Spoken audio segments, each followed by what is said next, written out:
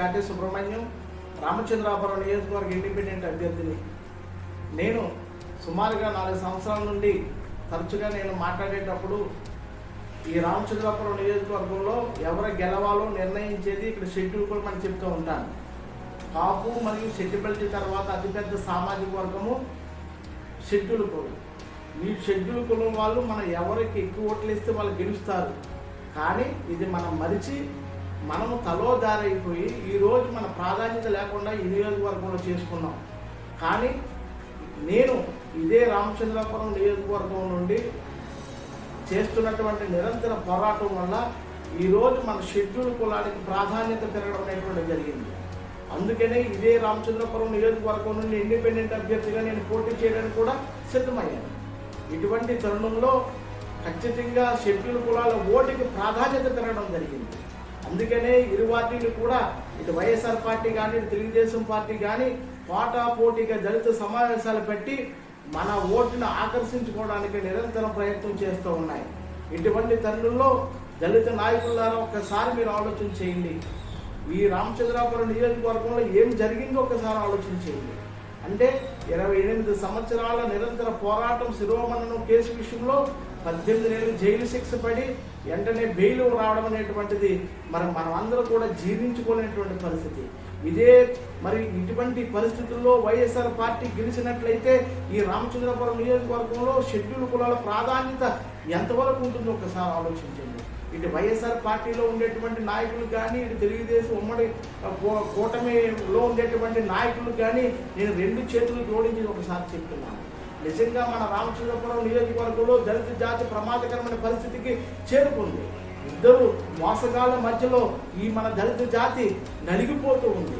ఎందుకనంటే మరి ఖచ్చితంగా ఈ రామచంద్రపురం నియోజకవర్గంలో వైఎస్ఆర్ పార్టీ గెలిచినట్లయితే మరలా తిరిగి వాళ్ళ హవా వచ్చినట్లయితే నడి రోడ్డు మీద షెడ్యూల్ కులాల యువకులను కొట్టినట్లయితే కనీసం కేసు కూడా పెట్టేటువంటి పరిస్థితి కనుమరుగైపోతుంది అనేటువంటి విషయాన్ని ఇటు జగన్మోహన్ రెడ్డి కానీ ఇటు పిల్లి సుభాష్ చంద్రబోస్ గారు కానీ తోట తిరుమూర్తులు గారు కానీ నిరంతరం దళితులందరినీ కూడా మోసగిస్తూనే ఉన్నారు. వీళ్ళ మాయ మాటలతో దళితులని చిత్రహింసలు గురి చేస్తూనే ఉన్నారనేటువంటి విషయాన్ని మీకు మరొకసారి నేను గుర్తు చేస్తూ ఉన్నాను. ఇటువంటి ప్రమాదకర పరిస్థితి నుండి ఈ రామచంద్రపురం నియోజకవర్గం ఉంటే మాల మాదిగ రెల్లి యానాది ఎరుకుల కులాల యువకులను కూడా కాపాడాలంటే మనం ఖచ్చితంగా ఈ నియోజకవర్గంలో వైఎస్ఆర్ పార్టీని ఓడించాలి. వీళ్ళ మోసగారితనాన్ని ప్రజలకు బట్టబయలు చేయాలి. అందుకే దళిత యువకులందరూ కూడా నడుము కట్టి గ్రామాన తిరిగి మరి ఖచ్చితంగా ఇంటింటికి వెళ్ళి ఈ దుర్మార్గుల యొక్క దురాఘాతాన్ని ప్రజలకు తెలియజేయడానికి నడుము కట్టమని నేను పిలుపునిస్తూ ఉన్నాను. అందుకనే నా వంతుగా ఈ రామచంద్రపురం నియోజకవర్గం మీరందరూ కూడా ఏ పిలుపునిస్తే ఆ పిలుపు నేను సిద్ధంగా ఉన్నాను. ఇక్కడ ఓటు విడిపోకుండా మీరందరూ కూడా మన దళిత జాతి ఉన్నత కొరకు నేను ఏ నిర్ణయం తీసుకోమన్నా సరే సిద్ధంగా ఉన్నానని మీ అందరూ కూడా నేను తెలియజేస్తూ ఉన్నాను. ఖచ్చితంగా దళిత జాతి ఉద్ధరణ కొరకు నేను ఎవరితో మీరు జత కట్టమన్నా సరే నేను జత కట్టి ఇక్కడ మన గౌరవాన్ని నిలబెట్టడానికి ముందుకు వస్తానని కూడా తెలియజేస్తున్నాను. నేను ఏదో జాతిని ఉద్ధరించడానికి నేను వచ్చానని నేను చెప్పట్లేదు.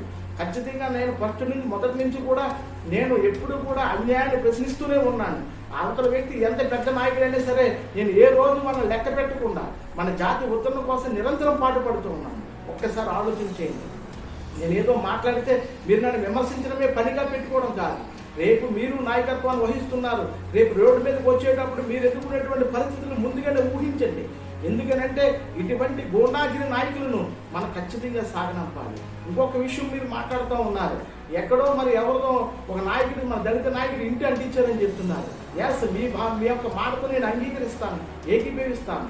కానీ అక్కడ నిజంగా ఈ నాయకులే అక్కడ అంటించున్నట్లయితే, తప్పు చేసి ఉన్నట్లయితే ఇదే పిల్లి సుభాష్ చంద్రబోస్ గారు తోట తిరుమూర్తి గారు ఎందుకు అమాయకుల మీద కేసు పెట్టారని జగన్మోహన్ రెడ్డి గారి దగ్గరికి వెళ్ళి ఆ కేసును ఎత్తివేయించారు. ఒక్కసారి అంటే ఖచ్చితంగా వీళ్ళు ఎంత కుట్రపూరితమైనటువంటి నాయకులు వీళ్ళిద్దరూ కూడా ఆలోచన చేయండి.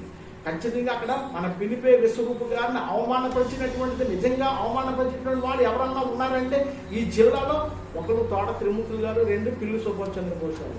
ఇది ఖచ్చితంగా యథార్థం. మీరు అవసరం అమలాపురం వెళ్ళి అడగండి ఒకసారి. ఎందుకంటే ఖచ్చితంగా వీరిద్దరూ కూడా అమాయకుల మీద కేసులు పెట్టారు. విశ్వరూపు గారు వీటిని ఈ కేసులు ఎత్తివేయమని అడిగారు. నిజంగా ఇదే వాసంశెట్టి సుభాష్ అనేటువంటి వ్యక్తి అక్కడ నిజంగా మరి వాళ్ళ అనుచరుగాను అక్కడ అంటించినట్లయితే మరి ఖచ్చితంగా వాళ్ళకి శిక్ష పడే విధంగా వీరిద్దరు కూడా ప్రయత్నం చేయాలి కదా. ఎందుకు నిన్నటి వరకు పిల్లి సుబ్బోచంద్ర గారు ఆయన ఫ్లెక్స్ పెట్టుకుని తిరిగినటువంటి వ్యక్తి ఈ రోజు మనకి కక్షలు పెట్టి ఆ లబ్ధి పొందడం కొరకు గ్రామాల్లో తిరిగి మనం రెచ్చగొడుతున్నారు. ఎవరో మన చుట్టం కాదు, నిజాయితీని ఆలోచించి మీరు ఓటేయమని చెప్తున్నాను. అందుకే మన ప్రతినిధిగా నేను ఉన్నాను. ఒకసారి ఆలోచన చేయండి.